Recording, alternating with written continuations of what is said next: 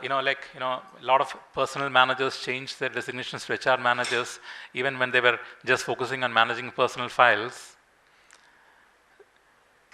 So, wasn't the personal specification good enough, or is it one and the same? So, if the job requires you to have Microsoft Excel skills, would it be part of the competency framework? In fact, William James has said, a difference that makes no difference is no difference. A difference which makes no difference is no difference. The entire concept of competency revolves around superior performance. And if organizations fail to recognize this, the framework will not improve organizational performance. It's just changing the name from personal specifications to competency framework. So hence it's very important to look at or attempt to capture stretch competencies that would really make a difference to the organization. Now, how do we do that? It's easier said than done. Now, how do we capture the intensity and speed with which the external environment change while we map competencies? Now, traditionally, when we look at our above average performers within the organization and our superior performers, the intersection between the capabilities of the superior performance and the above average performance traditionally form the threshold competencies or the personal specifications. Now, moving forward, I think it's time to look at the intersection between the future strategic requirements of the organization and the capabilities of the superior performance to map competencies and provide the required stretch so that it really we're able to differentiate with the competency framework that we have, and it could make a real difference to the organization that we work in. Now, how does that happen? I'll try and explain it a little later. Just in the interest of time, I'll just go a bit faster. And this is just a very, very high level presentation given the fact and the understanding that all of you are working at different levels with competencies. Most of the competency maps focus on the here and now. What is required to achieve successful performance today? The focus is on the past and at best current performance. But as I've mentioned a few minutes back, will past performance or your success guarantee future performance and success? And if not, how do we work with that? How do we try to kind of address this? For sure, the answer is no. The business environment is so dynamic and it is changing very, very fast. It's very, very difficult to predict what will happen in your business environment. See, in our context, we were a successful company in one geography, within one country. We were the largest bank. Now, the whole purpose of actually working with competencies and taking a competency route was to look at how do we now move from, even though we were the biggest in Oman, we were not even in the top 100 in the GCC.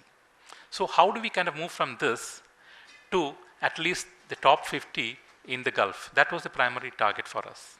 So how do we capture the future into your competency framework? If you do not address it, the future dynamics to some extent can be captured, but future is very uncertain. The only thing that is constant is change. All of us know that.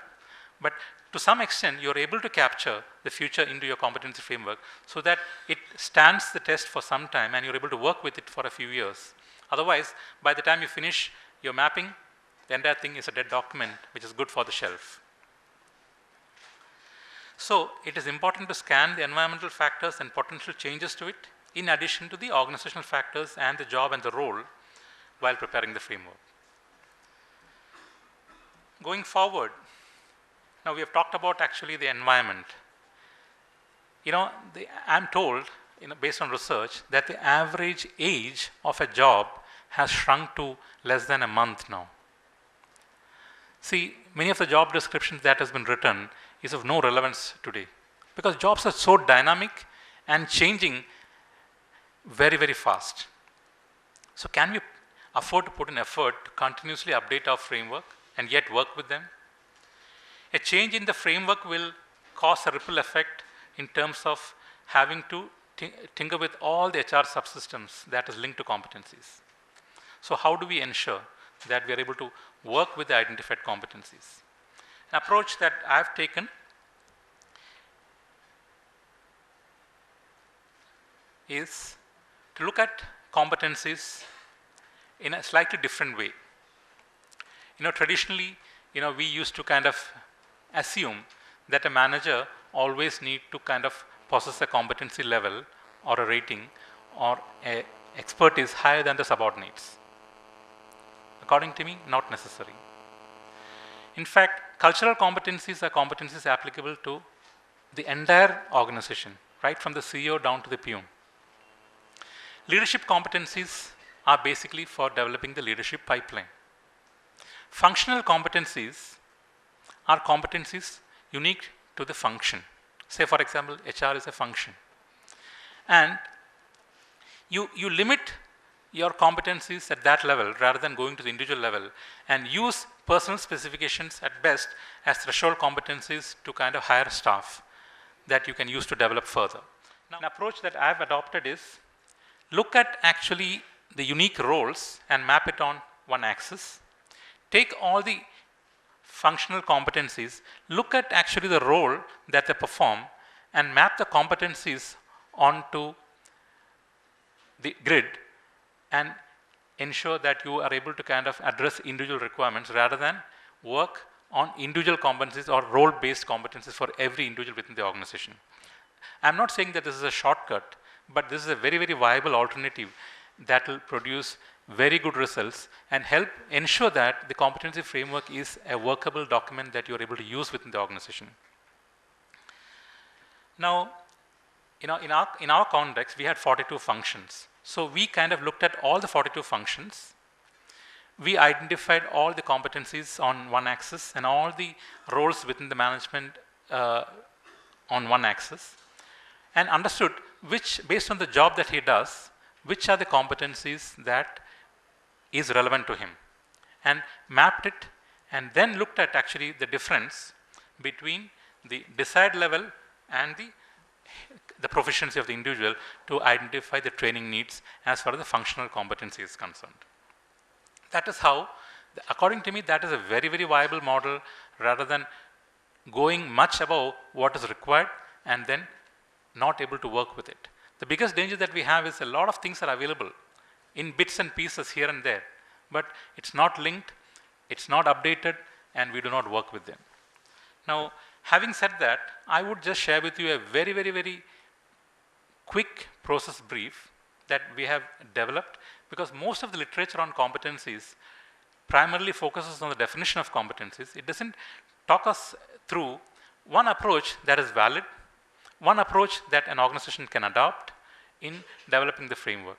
One approach that I have actually kind of developed in identifying competencies across various situations, primarily in the bank that I work in.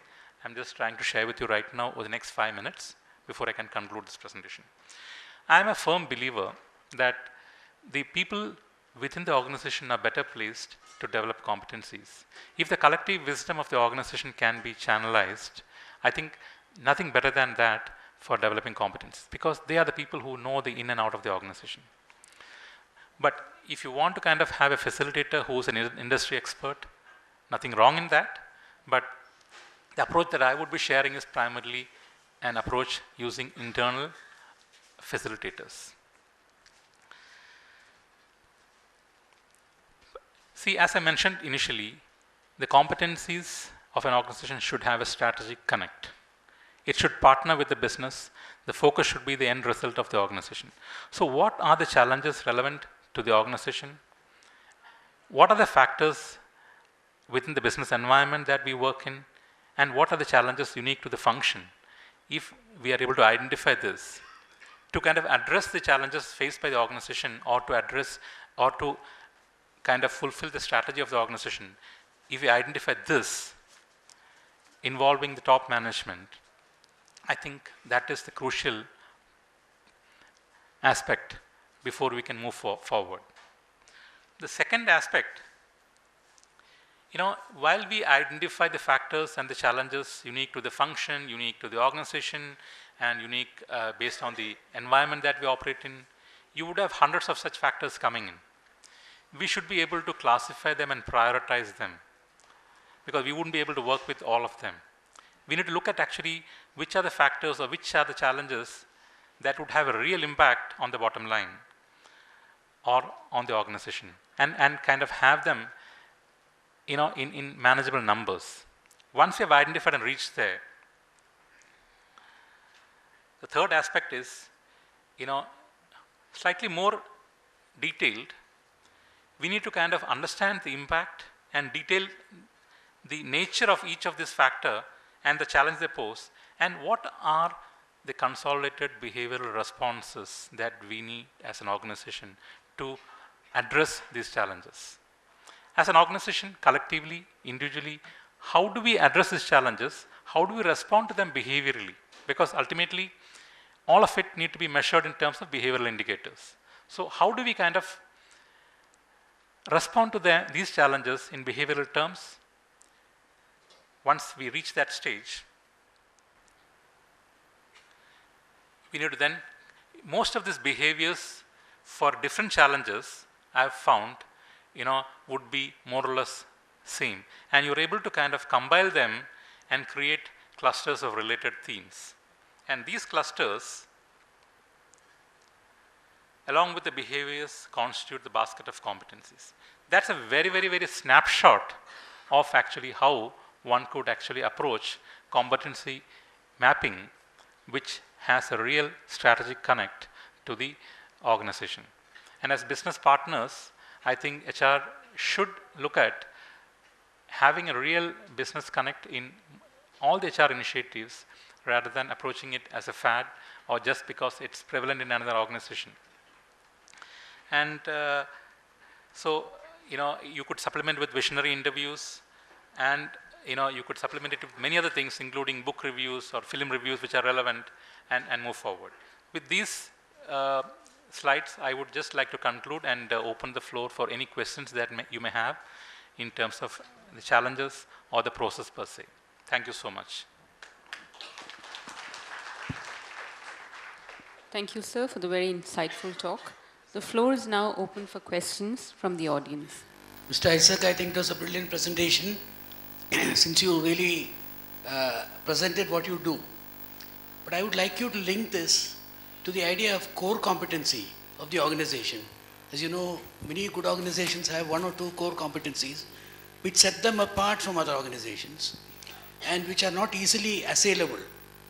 You make barriers preventing others from coming in, the Honda engine or something like that, something very special. This leads to competitive advantage. How will you link this individual competencies, to the core competency of the whole organization? Maybe your bank, for instance, what is the core competency that you have? Apart from being a native bank there, that is a huge core competency which you have. Others don't have it. In Muscat, somebody coming in is kept off because you are a local bank. That's a huge advantage you have. How do you preserve that and how do you extend that?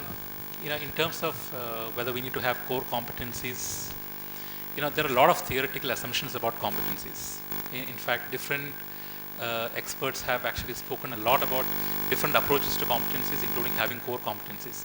See, the core competencies in Bank Muscat is represented as cultural competencies in our context. So it's through our cultural competencies that, which is applicable right from the CEO down to the peon, in our context it's a driver, that we kind of differentiate from others. Now, here again, the model that I have presented here is not a theoretical model. It's an amalgamation of various theories as relevant to the organization. I feel every competency, not just the core competency, should be unique to the needs of the organization as mentioned here. It should connect with the strategic intent of the organization and help the organization's bottom line.